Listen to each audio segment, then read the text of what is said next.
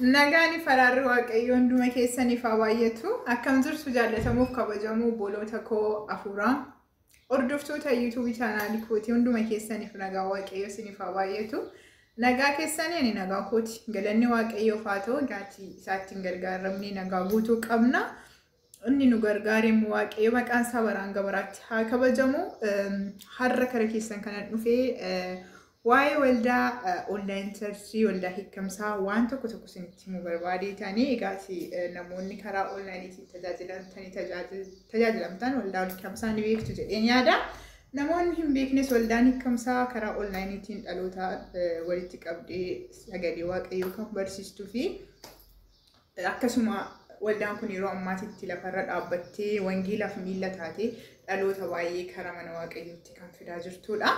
Egaati waldaan kun waldaa dhaloota baay'eedhaaf fakkeenya taatiif karaa taatedha. Waldaan kun dhimmi isheen irratti hojjettee jirtu inni calqabaa wangeela babal'isuudha. Kaayyoon isheedhaas kanuma dhaloota baay'eedhaafis immoo fakkeenya taateerti. Haga ammaatti waldaan online irratti walitti qabamanii jiran keessaa waldoolee muraasa karuma onlineetiin tajaajilamanii lafarratti waldaa dhaabanii kan dhalootaan walitti qabanii jiranii. Egaati waldaa dhaabuun in wanta guddaa ta'ee miti.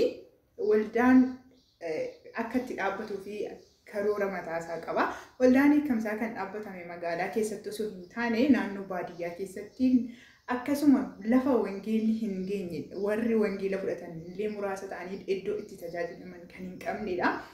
Lafti waldaan kun itti dhaabamte jechuudha. Waldaan kun amma dhaloonni karas deemanii tajaajilamanii fi tajaajilamaa jiru. Akkasuma guyyaa galataallee qopheeffattee walitti qabamanii dhaloonni achi jiran muraasas ta'anii guyyaa waaqayyoon isa carraa kana isaan laateef isaan galateeffachaa turanidha. Viidiyoolee jirullee asirraan isiniif gadin dhiisa. Garuu wantan jedhee darbu asirratti dhaloonni baay'een walitti qabamanii waldaa hundeessuudhaaf kaayyoo qabu. Garuu kaayyoo isaan qaban sun yeroo baay'ee osoo galma hin gahin karaatti maaliif haala ittiin adeeman yookiin hubannaa isaa qabaachuu dhabuudhaani tokkoffaa namni tokko yeroo waa tokko calqabu harki waaqayyoo keessa yoo jiraate fi hubannaaf ogummaa yoo qabaate qofa wanta calqabe san galmaan gahuu danda'a. Wanta godhan san maaliif akka godhan akkamitti akka godhan iddoo kamitti akka ta'uu qabu yaadanii yoo beekan wanta san galma gahuu danda'ani jechuudha. Garuu akkasumaan namchi godhee jira yookiin hin goona jedhanii callisanii adeeman taananii wanta san galma gahuu hin danda'amu bira gahuunis hin danda'amu jechuudha. Ofiifis gufatanii dhaloota illee gufachiisu jechuudha. Waldaan hiikamsaa dhaloota miseensota hanga tajaajiltootatti hanga korootatti waldoota namoota of kennee hojii waaqayyoo dhaloota of kennanii hojii waaqayyoo kana hojjetanidha jechuudha. Of kennanii yoon jedhu qabeenya qabaniin, humna qabaniin, yeroo qabaniin waldaa kanaaf kennanii dhaloota hojjetanidha. Tajaajiltoota, geggeessitoota, miseensota hunduma guutummaa waldaa hiikamsaati jechuudha. Gooftaan bara isaanii haa eebbisu yeroo kana keessatti dhaloota akkasii waaqayyoon qabaachuu isaatti waaqayyoon baay'een galateeffadha. Egaati dhaloota akkanaa ammayyuu waaqayyoon nuuf haa baay'isu gaadha. Asumarraan guddaa waaqayyo sinaa eebbisu ayyaana isaa isiniif haa baay'isu jechuun barbaada. Korootas yeroo isaanii guutummaa waldaa kanaaf kennanii nuuf hin dadhabne osoo hin jedhin hojii waaqayyoo kana galmaan gaanillee waaqayyo bara isaanii haa eebbisu. Itti aansuudhaan immoo waldaan kun yeroo ammaa kana keessatti lafa qabattee dhaloonni baay'een itti tajaajilamaadhaan isaanii itti hiikkata. Dhaloonni baay'een kara gooftaattiin dhufaa kan jiranidha jechuudha. Amma namoonni tokko lamallee kara gooftaa kan dhufanii sababii waldaan isaanii irraa fagoo ta'eef duubatti kan deemanillee danootu jira. Kaka'umsa dhaloonni kara mana gooftaa akka dhufaniif illee carraa guddaa kenna jechuudha. Waldaan kun carraa guddaa kenna jechuudha. Waldaan kun hundeeffamuu isaatti egaati baay'ee gammadeera. Dhaloonni waldaa lafarratti hundeessuudhaaf mul'ata qabdanillee mul'ata keessan galmaaf gahuudhaaf akka waldaa kanarraa hubadhetti gorsan isiniif laachuu barbaadu yoo jiraate wanta gootan duraan dursaa waaqayyoon dura buusadha. Lammaffaa irratti hubannaadhaan ogummaadhaan deemaa isiniin jedha. Maaliif yeroo baay'ee hubannaaf ogummaan qabu taanaan wanti sun calqaballeen yoo ho'e boonni isaa dhumni isaarra baay'ee wanta hin bareedne ta'a jechuudha.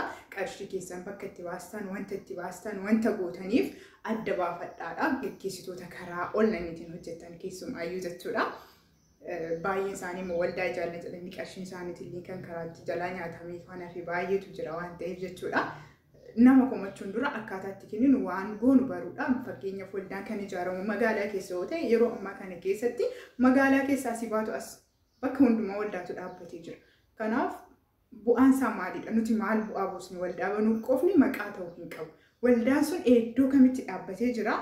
Dhuguma nuti hojii wangeelaa kana babal'isuudhaaf kaayyoo qabna magaalaa keessa. Bakka baay'ee facharchiin jiraate bakka waldaan hin jirre lafa wangeelli hin geenye lafa sanitti waldaan dhaabbachuu qaba kan jedhu fakkeenya waldaa kanarraa fudhattanii itti osoo adeemtanii natti tola jechuudha. Gooftaan bara keessan haa eebbisu.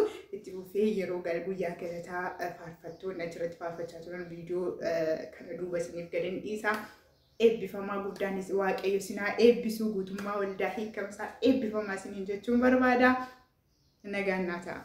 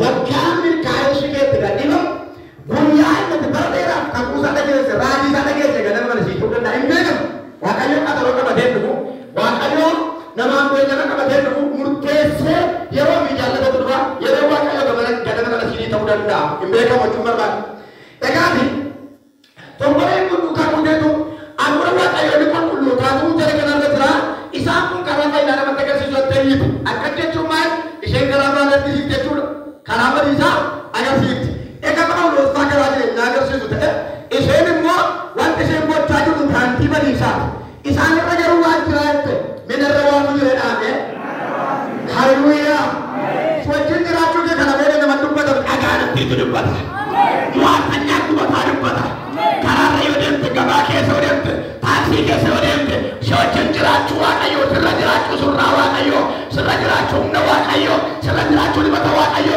सरजराचो कोरवा आकायो शेताना तुम बता तुम बता दे इधर रखना तुम आकायो रेखा अभी की ममेरा रेखा इधर रखो इधर रखो Dimati darah dulu, kamu darah dulu, hobi darah dulu, ayah darah dulu, karena mobil, setanah, himba suara, haleluya, kasta, sebab bisa, ini serta dulu Yesus, sini bisa serta dulu Yesus ada buah, setannya buah, makanya, setannya, itu benar kedua sebentar kedua. Haleluya. Ini Allah Tuhan. Menurut warga setan dari mana? Kalian sana tak boleh kiar kau kalian sana nak kiar kau kalian sana cuma kiar kau kalian sana cuma kiar kau si bos tu. Karena bodoh abis jawab sudah terkait buat saya. Betul? Kasih tahu. Balik benar. Isa jelata banaka. Isa jauh kutu banaka. Semua tanya aku banaka. Galan sahabat. Baru ni kelasi, maka ada pasti kanan dong ni. Aku urus share dulu baru. Isa mau buat pada jual dia buat sudah tadi. Karena buat dia itu mati dia tu. Karena sudah dia, sabar lagi dia. Kawalan tiga sana. Ada di kuburan kalah. Amin. Sejak bawa besar tu. Sejak kita ada anak besar datang. Kristus tu dah ada sama. Amin.